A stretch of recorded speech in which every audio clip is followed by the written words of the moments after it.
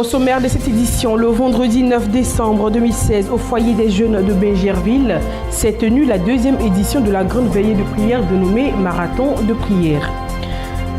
La grande évangélisation initiée par l'apostolat catholique d'évangélisation sacerdoce royale était à sa 21e édition les 9, 10 et 11 décembre à la sphère de la bénédiction à Abidjan, Cocody. Au Nigeria, des enquêteurs étrangers sont sur les lieux de l'effondrement de l'église. Au Zimbabwe, la vie économique reprend son cours. Terminant en sport, le Japon débute la construction du nouveau stade olympique. Mesdames et messieurs, bienvenue et merci de rester toujours fidèles à votre chaîne panafricaine. Débutons ce journal avec l'actualité religieuse. Le vendredi 9 décembre 2016, au foyer des jeunes de Bingerville, s'est tenue la deuxième édition de la grande veillée de prière dénommée Marathon de prière organisée par le couple pastoral Sylviane et Samuel Monté. Près de 4000 personnes sont venues expérimenter la puissance de Dieu lors de ce grand moment de restauration. Un compte rendu signé Christian Brio.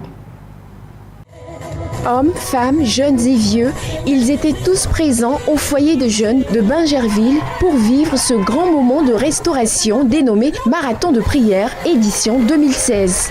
À l'initiative du couple pastoral Sylviane et Samuel Monté, le Marathon de prière est un événement annuel dont la vision est de créer une plateforme de prière et d'intercession et la restauration totale en cette fin d'année. La première partie de ce moment spécial a été marquée par une louange fervente du groupe musical Hope de la Bénédiction ainsi que la prestation artistique des différents artistes invités.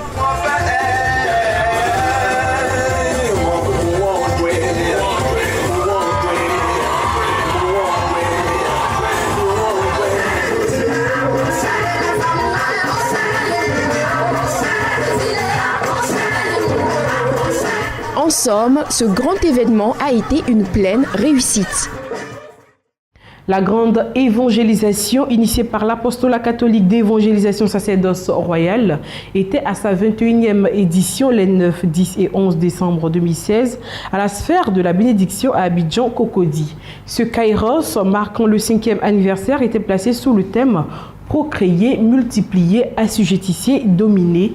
Voici un compte rendu de la première journée.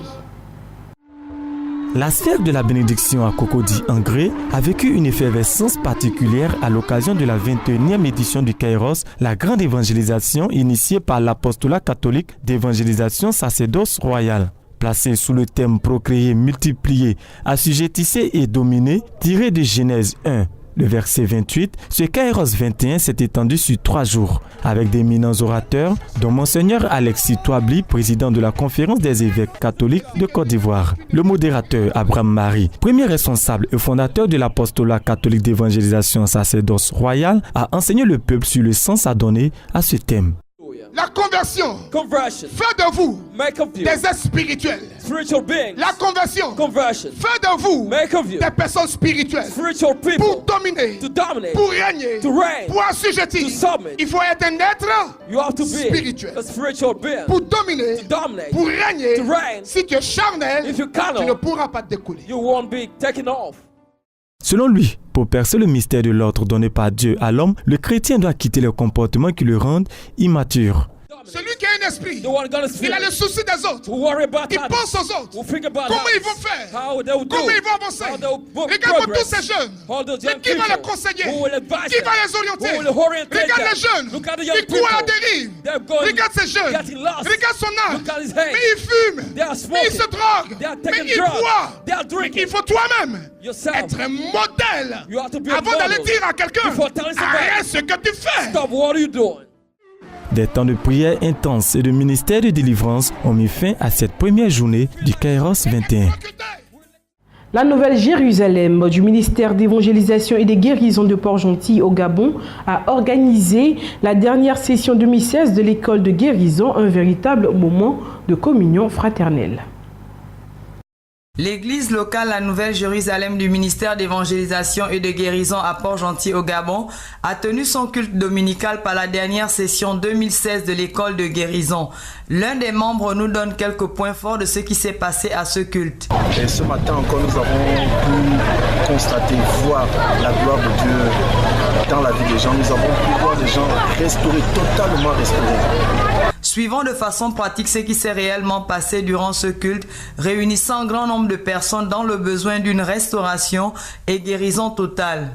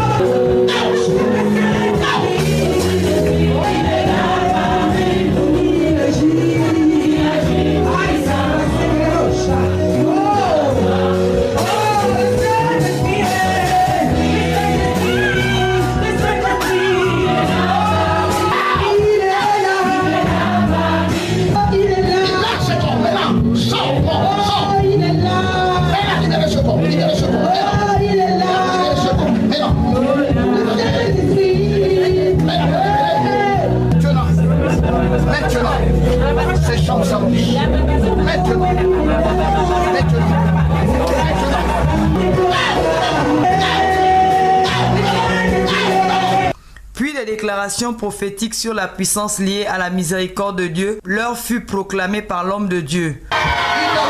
Miséricorde. À cause de la miséricorde de Dieu, les portes de la guérison nous sont ouvertes. Quelques avis au sortir de ces merveilleux moments. L'homme de Dieu était vraiment rempli, il y a eu des miracles, il y a eu des impactations, les gens ont vraiment été restaurés et les gens sont tous à jour. Vraiment, le Saint-Esprit était vraiment en mouvement. La caravane de prière marquant les 12 ans de l'église évangélique La Race des Vainqueurs de l'apôtre Yeo Prosper s'est achevée par une veillée de prière à la place Inch'Allah de Koumassi. C'est au cours d'une veillée de prière à la place Inch'Allah de Koumassi que l'église évangélique La Race des Vainqueurs a connu l'apothéose de la caravane de prière de fin d'année, marquant aussi les 12 années de l'église. Avec à leur tête l'apôtre Yeo Prosper et avec le patriarche apôtre Yaobio. Comme invité spécial, le peuple de la Race des Vainqueurs a dit merci à Dieu à travers la louange conduite par de nombreux artistes chanteurs.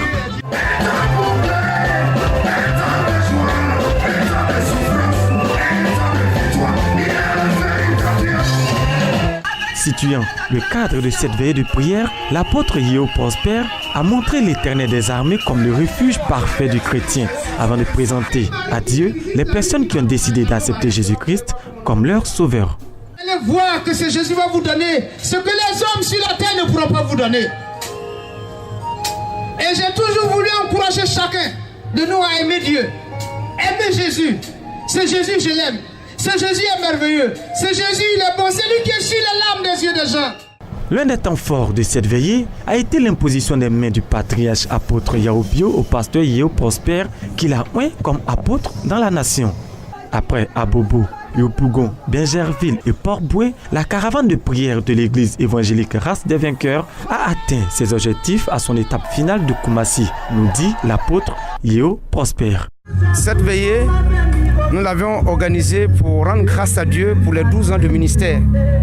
Et pour nous, comme nous disons, le chiffre 12, c'est le chiffre du gouvernement de Dieu. C'est le chiffre de la stabilité. Pour que Dieu apporte la stabilité dans notre ministère et que vraiment l'Église du Christ continue de grandir dans cette nation. Et ma prière, c'est que les autorités en place, que Dieu leur donne la sagesse, comme il en a donné à Salomon, pour que tout le monde se sente heureux dans la nation et qu'il soit béni, et que la charge que Dieu leur a donnée pour un temps, qu'ils puissent l'accomplir pleinement. La veillée s'est achevée au petit matin avec l'intervention du prophète Niazalé Didier dans un temps de délivrance et de guérison. Le dimanche 11 décembre 2016, à Yopougon a eu lieu la Convention internationale de la Mission mondiale du Christ en œuvre et action, édition 2016. L'archibishop Joseph Ojo était l'orateur principal. Arborant fièrement l'uniforme choisi pour l'occasion, les fidèles de la Mission mondiale du Christ, œuvre et action sont venus nombreux participer à la Convention internationale de leur Église, édition 2016.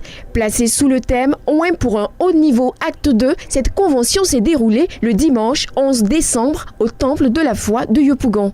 Le pasteur principal, Dadier Blaise, a procédé à la présentation des hommes de Dieu invités spécialement à cette convention.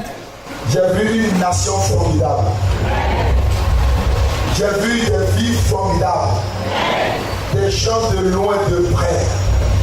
Les gens sont venus de Bénin, les gens sont venus du Nigeria, sont venus de partout, de toute la Côte d'Ivoire, pour cette convention. Et ma joie, elle est immense. Parmi eux, le père fondateur de la Mission mondiale du Christ œuvre et action, l'archibishop Joseph Ojo du Nigeria, ainsi que le bishop Fernando Mouepou, venu spécialement de la RDC. À la suite du pasteur Didier Blaise, c'est l'archibishop Joseph Ojo du Nigeria qui a enseigné les fidèles sur le mystère du donné. Tous ceux qui sont ici, vous allez saisir le feu de la postérité. It is a fire that creates wealth. Il y a un feu qui crée la richesse. God has done it in my life. Dieu l'a fait dans ma vie. God can do it in your life. Et Dieu peut le reproduire dans ta vie. C'est dans une ambiance très fraternelle que ce moment de communion et de restauration s'est achevé. Le 12e anniversaire du MIRPED, le ministère international de révélation de la parole de Dieu, a été célébré le dimanche 11 décembre dans la commune de Port-Bouët pendant un culte spécial qui marquait également les 20 ans du mariage du couple pastoral. Un jour nouveau s'est levé. Un nouveau départ est amorcé au MIRPED. Les chrétiens du ministère international de révélation de la parole de Dieu, MIRPED, ont célébré avec faste les 20 ans d'union du couple Bowie, fondateur de l'église, et qui marque également le 12e anniversaire du MIRPED. Ce culte spécial a été marqué par un temps de louange. Le prophète John Bowie et son épouse ont dansé à la gloire de Dieu avec le peuple du MIRPED.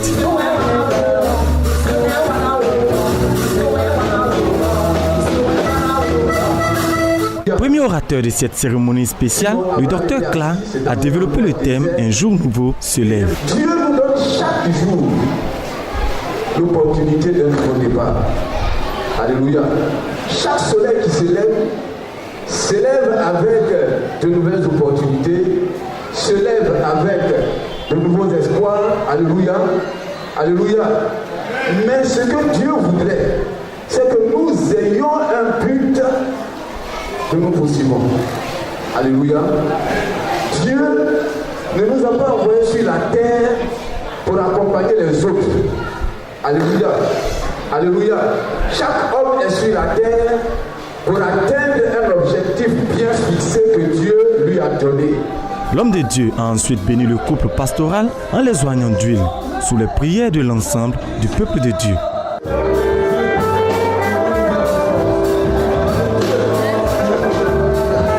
Pour le prophète John Bowie, c'est un nouveau départ sous le sceau de l'excellence, aussi bien pour le couple que pour l'Église.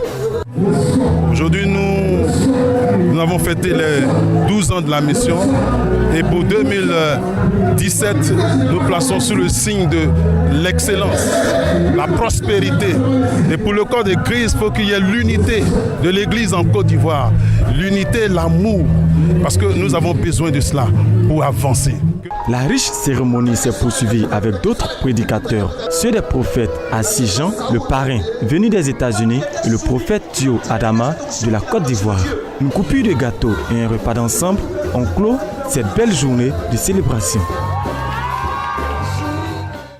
Débutons l'actualité africaine au Nigeria après l'effondrement d'une église dans la ville d'Uyo au Nigeria qui a causé la mort de plusieurs personnes.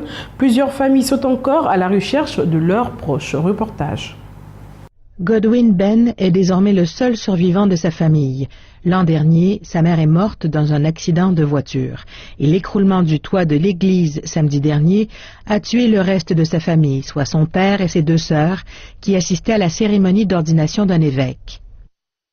J'ai parlé à mon père vendredi matin quand il m'a appelé parce que je n'habite pas avec eux.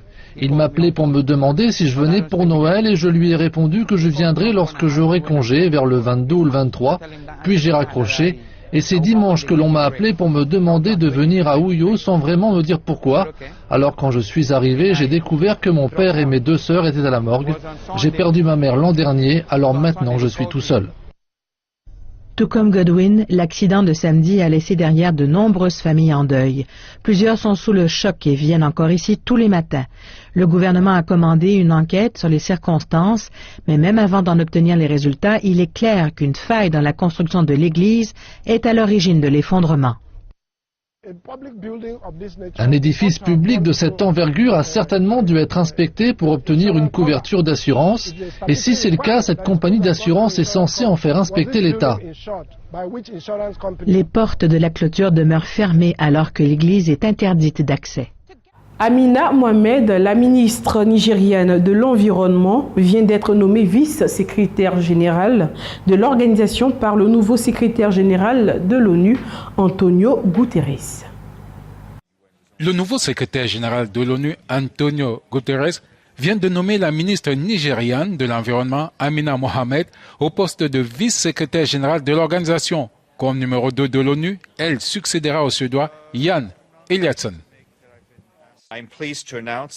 Je suis heureux d'annoncer que je nommerai Mme Amina Mohamed du Nigeria comme secrétaire général adjoint et Mme Maria Luisa Ribeiro Viotti du Brésil comme chef de cabinet. J'ai également l'intention de créer le poste de conseiller spécial et de nommer Mme Kyung-Hwa Kang de la République de Corée à ce nouveau poste. Je suis heureux de compter sur les efforts de ces trois femmes hautement compétentes que j'ai choisies pour leur solide expérience dans des affaires mondiales de développement, de la diplomatie, des droits de l'homme et de l'action humanitaire. Au 30 juin, 34,8% des 40 311 membres du personnel du secrétariat général des Nations Unies étaient des femmes, alors que seuls 17 des 79 secrétaires généraux adjoints, soit 21,5%, étaient des femmes, selon le dernier rapport sur les statistiques du personnel. Le projet de loi sur la réconciliation nationale à Madagascar a été adopté par l'Assemblée nationale malgache ce mardi 13 décembre 2016, avec près de 87 voix qui ont voté pour et 19 voix qui ont voté contre. Plus de détails dans cet élément. La loi sur la réconciliation nationale a été adoptée à Madagascar. Les députés l'ont votée ce mardi 13 décembre avec 87 voix pour et 19 voix contre. Tous les 112 textes ont été adoptés, mais l'article 47 reste toujours au cœur des débats. Il s'agit en effet de l'amnistie de tous les condamnés politiques de 2002 à 2009, mais ajoute une précision, aucune amnistie à toute personne ayant commis des crimes contre l'humanité, des crimes de guerre ou des violations de droits humains. Une restriction qui toucherait les anciens présidents, André Rajoelina et Marc Ravalomanana, et qui les écarterait par conséquent de la course présidentielle de 2018. Cette restriction du processus de réconciliation à la période 2002-2013 vise directement certaines personnalités, dont les deux anciens présidents André Rajoelina et Marc Ravalomanana. Cette loi est donc contraire au principe même d'une loi qui se doit être impersonnelle. Ceux qui ont fauté doivent payer pour leurs erreurs, mais il faut faire justice de manière objective et non avec des calculs politiques de bas niveau. Cette nouvelle loi sur la réconciliation concerne également l'indemnisation des victimes des crises. Décrite dans son article 58, cette opération est délimitée également dans le temps, puisque seulement les victimes de 2002 à 2009 seront indemnisées. L'ancien président Marc Ravalomanana réclame aussi réparation quant au pillage de ces sociétés pendant le politique de 2009. C'est encore une question en suspension, c'est une question qui est déjà prévue à être réglé dans la feuille de route de la transition, mais ce n'est pas encore le cas pour l'indemnisation des sociétés de l'ancien président Marc Ravalomanana. Une nouvelle structure devrait être mise en place pour entamer le processus d'indemnisation. Notons que l'adoption de cette loi sur la réconciliation constitue un cadre juridique qui avait été réclamé par les bailleurs de fonds afin de procéder au décaissement des fonds promis pour la relance de l'économie de la Grande Île. Faisons un tour au Zimbabwe. Au mois de novembre 2016, les autorités zimbabwéennes ont lancé une nouvelle monnaie sous forme d'obligation à laquelle les commerçants essaient de s'adapter tant bien que mal. La Banque centrale du Zimbabwe a lancé 10 millions de dollars de cette monnaie sur le marché pour juguler les problèmes de trésorerie. Au Zimbabwe, la vie économique commence à reprendre son cours normal après la mise en circulation de la nouvelle monnaie. Les commerçants zimbabwéens s'habituent de plus en plus aux billets d'obligation. Malgré le changement brusque, certains acteurs économiques estiment que cette nouvelle monnaie est d'usage facile. De mon côté, les choses changent parce que je peux récupérer à la fois des billets d'obligation de 2 et d'1 $. Les gens viennent acheter avec des obligations. J'arrive donc à facilement gérer mon activité. D'ici quelques mois, les obligations vont améliorer beaucoup de choses. My business, so I think it may be mid-March, April. Les billets d'obligation fonctionnent parfaitement pour nous. Je peux les prendre et acheter tout ce dont j'ai besoin dans les grands magasins. Donc je n'ai aucune plainte. L'introduction des billets d'obligation pour pallier la pénurie de dollars sur le marché zimbabwéen était vue comme une menace pour la stabilité économique par certains observateurs. Sur le terrain, les entreprises et les citoyens sont plutôt satisfaits du climat des affaires quelques semaines après l'émission de cette monnaie. De nombreux citoyens sont restés sans revenus depuis plusieurs mois. Beaucoup sont désespérés. C'est actuellement la saison des fêtes. Les gens ont besoin d'acheter des choses pour les enfants et leurs proches. Ils ont besoin de se préparer pour la saison agricole. La Banque centrale du Zimbabwe a lancé 10 millions de dollars de billets d'obligation au début du mois de novembre 2016. Ces obligations ont permis aux autorités d'alléger la crise financière causée par la pénurie de dollars sur le marché local. Le Zimbabwe a des arriérés d'1,6 milliard de dollars à la Banque mondiale et à la Banque africaine de développement, ce qui empêche son gouvernement d'obtenir des financements supplémentaires de la part des bailleurs de fonds. À cela s'ajoute une forte sécheresse qui a frappé le pays au cours des derniers mois. Au Bénin, plusieurs réformes ont été mises en place dans le secteur des médias par le gouvernement du président Patrice Talon, notamment dans le cadre de ses relations avec la presse. Mais les acteurs des médias ne sont pas tous favorables à ces réformes. La réglementation des relations entre l'exécutif et les médias au Bénin continue d'alimenter les débats. Le gouvernement du président Patrice Talon a élaboré une nouvelle approche de communication et de relations avec les médias. Objectif, réguler la communication émanant de l'État. Il s'agit entre autres de la suppression des cellules de communication au sein des ministères, de la mise en place d'une direction de la communication centrale à la présidence de la République et de l'arrêt des contrats de la presse écrite avec les ministères sectoriels. Avant, il y avait une anarchie au niveau des contrats. Il y avait une anarchie où ça se signait à la tête du client sans aucune base juridique, sans aucune base de qualité ou autre. Il suffit que quelqu'un soit nommé SECOM pour créer son journal. Il suffit qu'on soit proche d'un ministre pour créer un journal et qu'on bénéficie des contrats de ce ministère. Et donc, c'est là que la décision du gouvernement de ne pas continuer avec ces contrats, d'une part, est une bonne décision. Parce qu'au finish, ça permet de savoir quels sont les journaux qui ont le background ou quels sont les médias qui ont le background, qui ont la capacité de pouvoir résister et de pouvoir exister en l'absence de cette manne financière publique. Les réformes sont diversement appréciées par les acteurs. De nombreux observateurs estiment que l'arrêt des contrats de communication gouvernementale a impacté négativement les finances de la presse écrite. Beaucoup de titres ont d'ailleurs disparu. Aussi, certains acteurs de la presse portent des réserves sur la centralisation des informations au niveau de la direction de la communication à la présidence de la République. La direction de communication, ça c'est un fait. Mais le hic et le nœud gordien de ça, c'est une sorte de centralisation de l'information au niveau de son structure. Ce qui à la longue pourrait être gênant. À la fois pour la structure elle-même, qui risque de ne pas être efficace, et aussi à une sorte de pluralité de l'information qu'on aurait souhaité et qui serait mise en branle par cette sorte de centralisme. Le gouvernement communique et vulgarise depuis près de 2 mois ses actions via les réseaux sociaux. Rappelons que selon le décret de création de la direction de la communication à la présidence, un point focal communication des cabinets ministériels en relation avec la direction du palais de la présidence doit être opérationnel malgré la suppression des cellules de communication.